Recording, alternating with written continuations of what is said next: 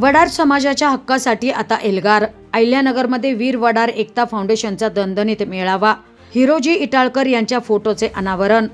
मेळाव्याच्या सुरुवातीला भारतरत्न डॉक्टर बाबासाहेब आंबेडकर आणि छत्रपती शिवाजी महाराज यांच्या पुतळ्यास पुष्पहार अर्पण करून अभिवादन करण्यात आले.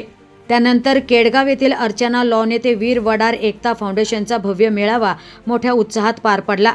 या मेळाव्याचे विशेष आकर्षण ठरले ते म्हणजे वडार समाजाच्या ऐतिहासिक वारसाचे प्रतीक असलेल्या हिरोजी इटाळकर यांच्या फोटोचे मान्यवरांच्या उपस्थितीत करण्यात आलेले अनावरण.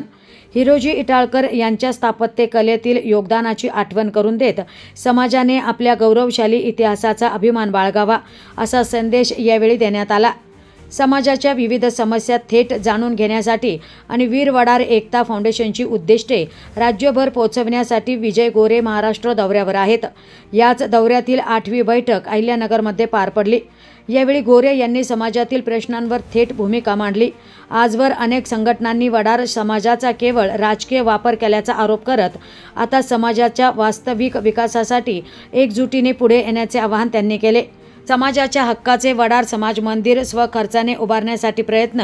राज्यातील प्रत्येक गावात वडार समाजासाठी 5 एकर जागा उपलब्ध करून देण्यासाठी सरकार दरबारी पाठपुरावा. तसेच गंभीर आजारांनी त्रस्त गरजू समाज बांधवांना आर्थिक आणि आवश्यक ती मदत देण्याचा संकल्प यावेळी व्यक्त करण्यात आला. हिरोजी इटाळकर यांच्या स्थापत्य कलेच्या योगदानाचा गौरव करत त्यांच्या ऐतिहासिक वारसातून समाजातील नव्या पिढीने प्रेरणा घ्यावी असंही आवाहन यावेळी करण्यात आलं. हिरोजी इटाळकर यांच्या फोटोच्या अनावरणातून इतिहासाचा अभिमान आणि समाजाच्या हक्कासाठी नव्या लढ्याचा निर्धार. अहिल्यानगरमधून ठरलेला हा आवाज आता महाराष्ट्रभर किती ताकदीने पोहोचतो याकडे सर्वांचंच लक्ष लागलंय.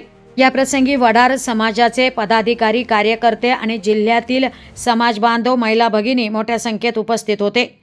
सर्वप्रथम माझ्या समाज बांधवांना जय बजरंग जय वडार. या अहिल्यानगर ऐतिहासिक नगरामध्ये माझ्या वडार बांधवांनी माझं स्वागत केलं. त्यांचं खूप खूप मनापासून अभिनंदन. आमची ही फक्त धावती भेट होती, पण ह्या नगरवासियांनी एक छोटीशी कॉर्नर सभा या ठिकाणी घेतली. त्यांचं मनापासून खूप खूप धन्यवाद. आज वीर वडार एकता फाउंडेशनच्या माध्यमातून आम्ही महाराष्ट्रव्यापी दौरा काढलेला आहे. वडार समाजाला एकजुटी करण्याचं काम करत आहे, जनजागृती करण्याचं काम करत आहे.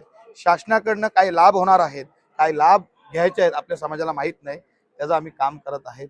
आणि वडार समाज जागा हो रे, वडार समाज जागा हो, हा आम्ही त्या उद्देशाने आम्ही वडार समाजाचं पूर्ण नेतृत्व करून हा महाराष्ट्र दौरा करत आहोत. खरं तर अनेक संघटना झाल्यात, कुठेतरी पोळी बाजून घेतात आणि जे आहेत आपल्या लोकांना ते मी आता दुसऱ्या संघटनावर बोलणारच नाही, ताकी माझी महाराष्ट्र ही संघटना आता टॉपची आहे आणि हा माझ्या समाजाचा पूर्ण प्रतिसाद.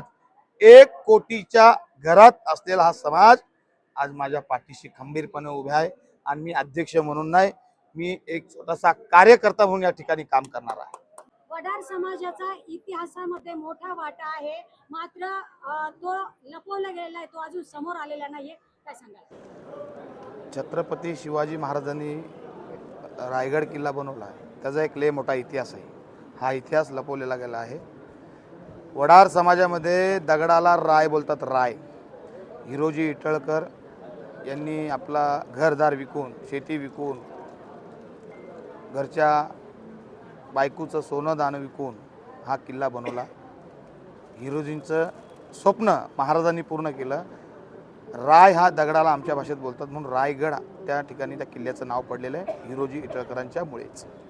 आणि पायथ्याशी जो दगड आहे, सेवेचे ठाई तत्पर हिरोजी इटाळकर, हा दगड पण एक वडार शिल्पकार, महान शिल्पकार याच्या नावाचं तिथं कोरलेलं आहे.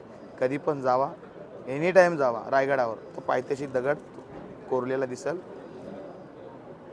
इटाळकर आजचे इटकर.